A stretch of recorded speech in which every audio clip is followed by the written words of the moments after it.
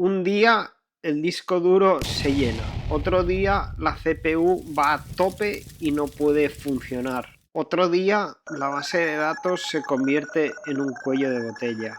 Y mientras tú vas pensando, bah, esto es un bug puntual, no pasa nada, lo arreglo con Codex o con Cloud Code y vamos tirando, pelota para adelante.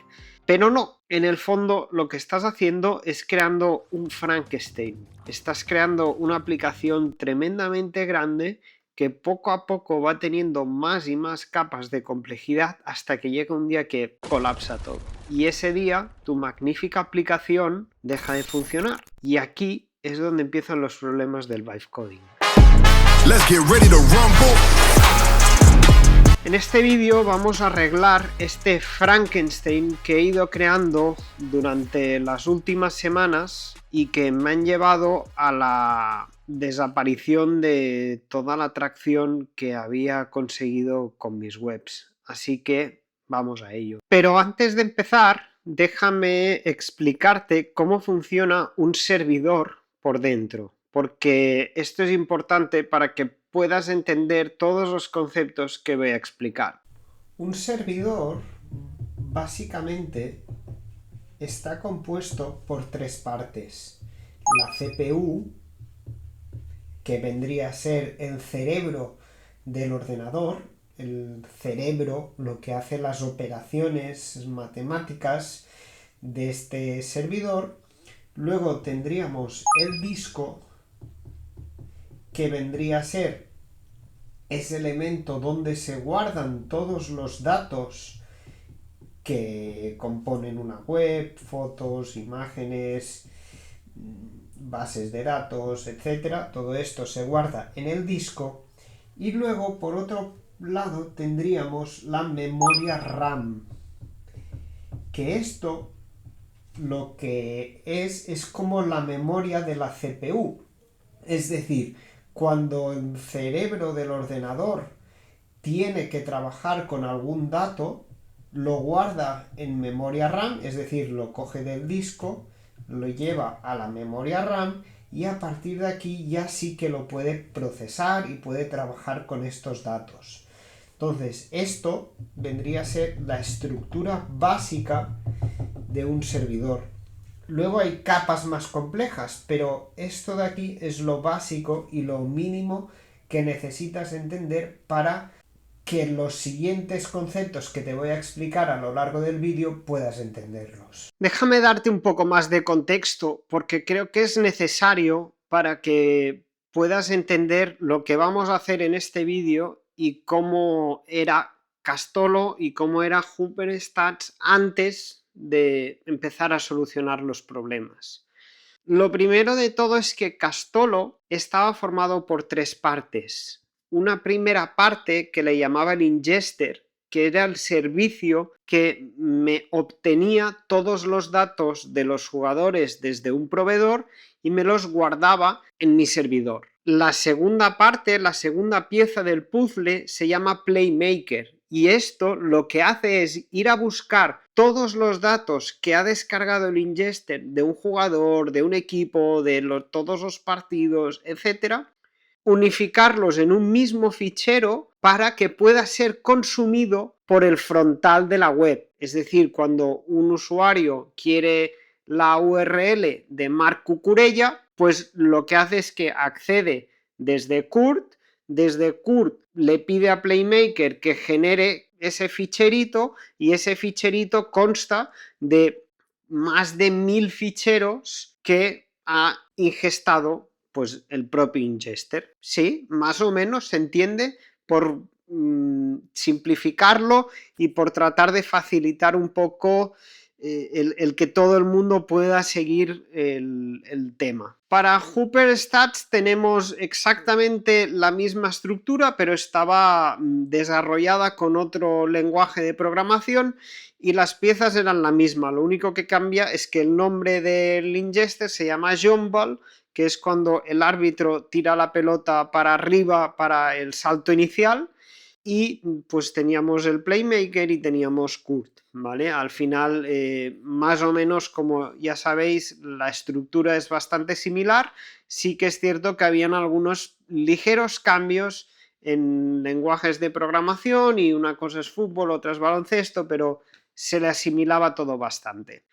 Y a partir de aquí, pues empezaron a salir problemas cuando empezamos a ser más exigentes, cuando quería cargar más competiciones, cuando quería cargar ligas anteriores o temporadas anteriores. A partir de aquí era una pelota que se iba haciendo grande, se iba haciendo grande y bien por capacidad del disco del servidor o bien por capacidad del cerebro del servidor, todo empezaba a colapsar, pero colapsaba desde diferentes puntos y a diferentes momentos del día, y yo interpretaba pues que eran errores puntuales y resulta que al arreglarlos generaba problemas aún mayores. Hasta que llegó un momento que vi que si tenía activado el ingester, la carga del servidor era extremadamente alta por cómo estaba construido. Si empezaba a recibir tráfico por cómo estaba construido, también tenía problemas. Cuando le puse una capa por encima, una caché, una CDN, también tenía problemas y al final la única solución viable que había para poder hacer funcionar este proyecto fue reconstruirlo desde cero, pero haciéndolo bien. Y eso es lo que te voy a explicar a partir de ahora. Y para poder llegar a este punto de arreglar el Frankenstein, lo primero que tuve que hacer es generar mucha documentación, pero muchísima documentación.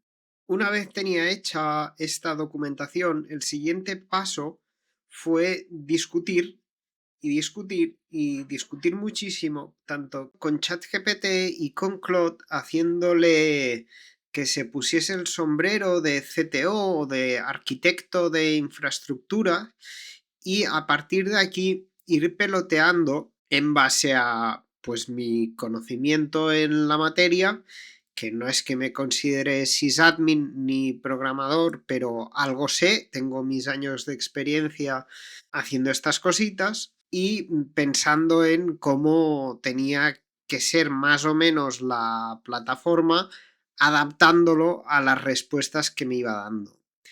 Finalmente llegamos a un consenso. Me costó, yo creo que llegué a estar entre 2 y 3 horas para llegar a esto que estáis viendo por pantalla, que sería la estructura de una presentación con la arquitectura final que tenía que tener el proyecto. Es decir, sobre todo lo que teníamos, pensamos cuál tenía que ser la infraestructura que este proyecto necesitaba, y la solución pasó por coger todos los datos que teníamos de todos los jugadores y moverlos a otro servidor. Pero este servidor tenía unas características un poco distintas, ya que en vez de alquilar un servidor entero, lo que hicimos fue utilizar un sistema que se llama Object Storage. Y vendría a ser como un trastero. Simplemente alquilaba o alquilo espacio en un disco duro donde yo voy almacenando todos estos datos que antes los pagábamos a un precio muy caro porque tener disco en servidor tiene un coste alto, y ahora, como todo esto lo he movido a un trastero virtual, esto es más barato. Entonces, cuando yo, en este caso el servidor, necesita recuperar un dato, lo único que tiene que hacer es ir a buscarlo a este trastero, llevárselo a la memoria RAM, procesar lo que tenga que procesar y generar la respuesta que tiene que generar.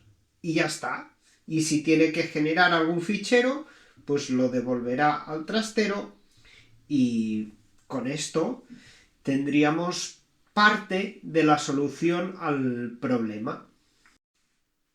Y el segundo problema que teníamos es que la CPU, el cerebro del ordenador, el cerebro del servidor, colapsaba.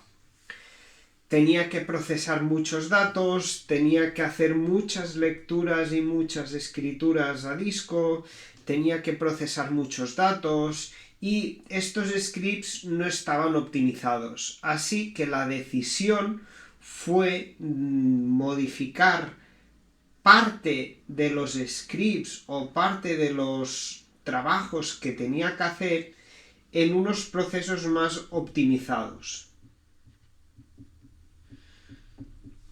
Entonces, aquí lo que hicimos fue cambiar de tecnología y en vez de utilizar Node, que es un lenguaje de programación, utilizamos Go, que es un poco más rápido y para hacer este tipo de operaciones que tenía que hacer la CPU era un poco más eficiente.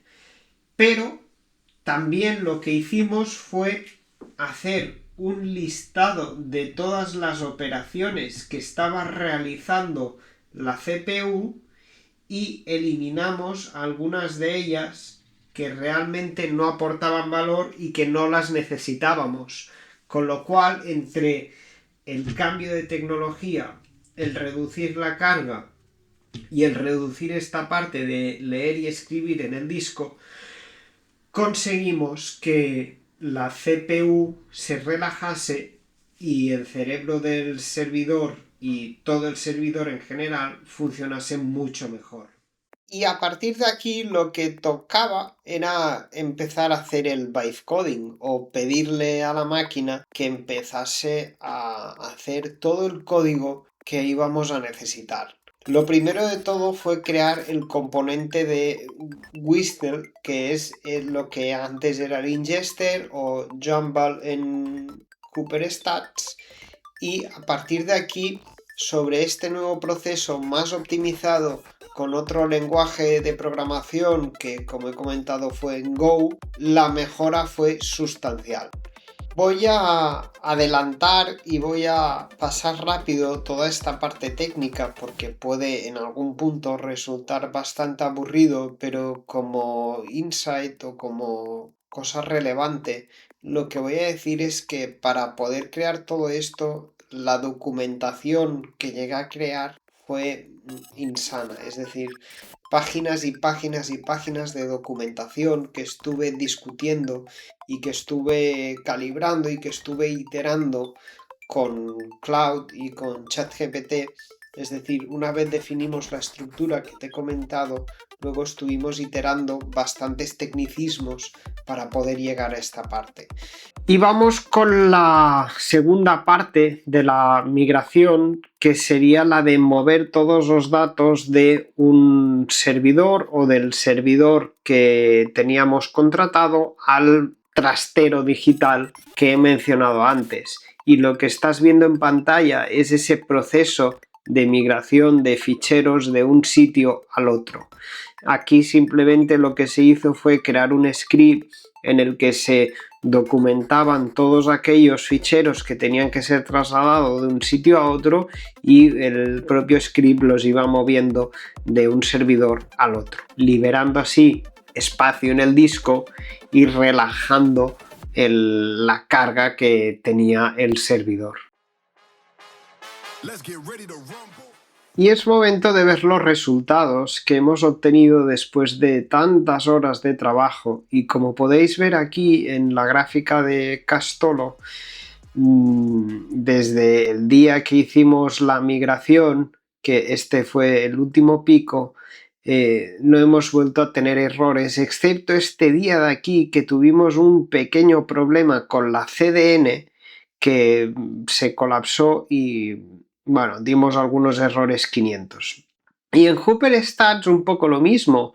Es cierto que aquí el rastreo es bastante menor, pero desde que hicimos la migración, que tuvimos un 100% de errores, Desde ese momento no hemos vuelto a dar errores, con lo cual podríamos decir que en ambos casos esta nueva plataforma y esta nueva infraestructura funciona muchísimo mejor. ¿Y cuáles son los siguientes pasos? Pues bien, ahora lo que toca es recuperar la confianza de Google, primero porque tienen que pasar 90 días para que empiece a subir un poco el rastreo, no son 90 días, pero bueno, eliminar esa franja y llevar pues bastantes días acumulados sin errores, y a partir de aquí tratar de incrementar el crawl budget nuevamente y hacer que Google pues nos vuelva a rastrear a niveles más altos. También el objetivo sería empezar a recuperar la indexación de las páginas, que esto claramente también haría aumentar el crawl budget, y con esto volveríamos a recuperar parte del tráfico, pero esto no va a ser un camino fácil. Así que nos vemos en un próximo vídeo en el que vamos a seguir desarrollando este producto y estos proyectos hasta que lleguen a donde realmente queremos que estén. Adiós. Game over.